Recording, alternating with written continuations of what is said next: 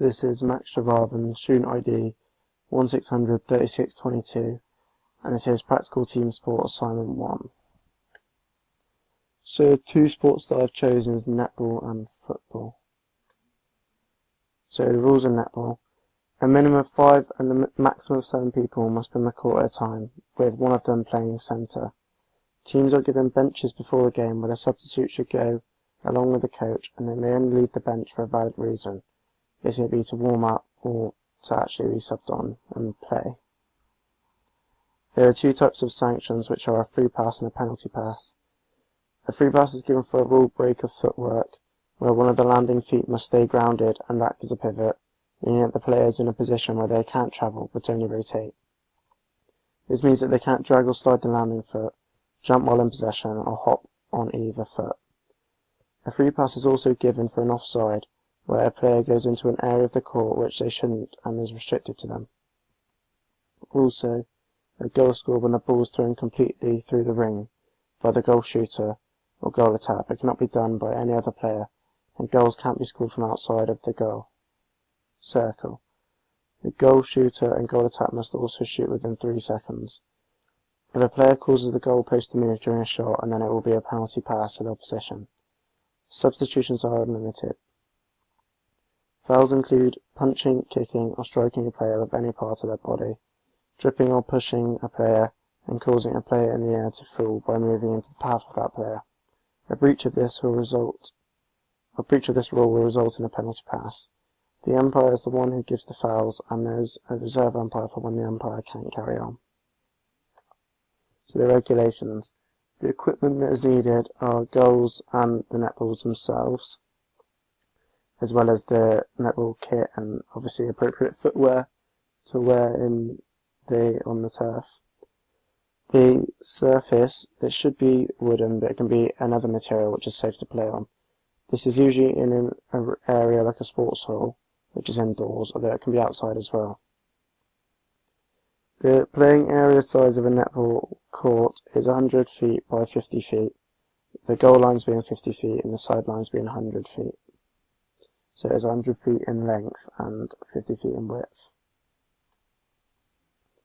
So 3 different scenarios in netball where these rules and regulations are used.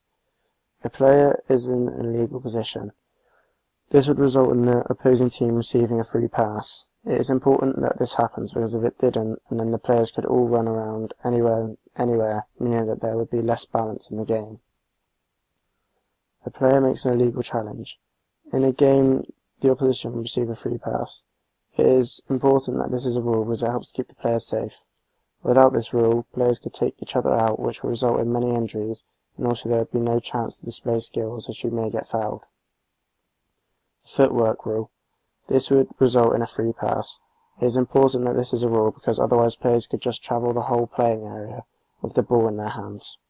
This would mean that players could just run around with the ball, which would be negative because you wouldn't be able to stop them and get the ball back without being physical, which may lead to more injuries, which is what you're trying to avoid with the rules. Football, the rules. There are some different fouls which will result in a free kick, or if inside the penalty area, and then it will be a penalty kick, where it is a shot on goal from 12 yards with just the goalkeeper in the way. Fouls can include late challenges or tackles, where you hit the player but not the ball. So you have to get the ball in every tackle, and to consider it being clean and not a foul. Handballs, deliberate or accidental, if your hands aren't in a natural position. So the natural position is considered by your side, or players tend to put them behind their back to get hands out of the way to avoid any controversy. But if hands are up in the air and the ball strikes them, then it is given a foul because that's not where they should be, and it's stopping the ball from going where the opposition wants it to go. And climbing over or using your hand to push an opponent when going up the header, as this is giving you an advantage over winning the ball, and it's also pushing them down so they can't get it as easily, which is obviously a foul, is an obstruction. As well as a free kick, there are indirect free kicks. This is most commonly seen when a player passes it back to the goalkeeper and they pick it up. From the indirect free kick, the player must pass it whereas from a direct free kick the player can shoot straight from the free kick. When the ball is out of play, fouls can still be given, as players may do foul play by kicking, elbowing or stamping whilst off the ball. The amount of substitutions allowed in a game can vary from 3 to 12 depending on the competition. This also decides whether the player substituted must stay off or if they can come back on. Rules 2. Offsides are given as a free kick to the opposition if a player is the other side of the defensive line when the ball is played forward. However, for this to be given, the player that is offside must be directly involved with the play by either touching the ball or going for the ball. For example, if a striker's offside but they're not making any effort to get to the ball, or they're just standing still and leaving it, and then the play continues because there's no breach of the rule and they're not interfering with the play. A team scores by getting the ball in the back of the net, whether that be off their feet, heads, or any part of their body, as long as it is in their hands. It can also come off an opposing player, which would result in an own goal. A team can field up to 11 players, one of which must be the goalkeeper. If a team has less than 7, and then the game cannot begin.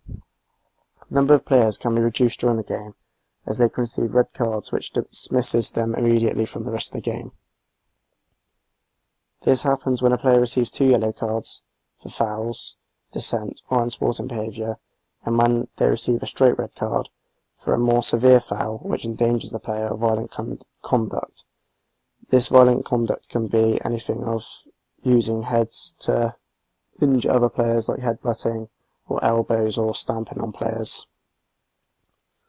There are 3 officials, a referee and 2 linesmen. However, in high-level professional football, there is also 2 other goal line referees, as well as a 4th official who conducts substitutions.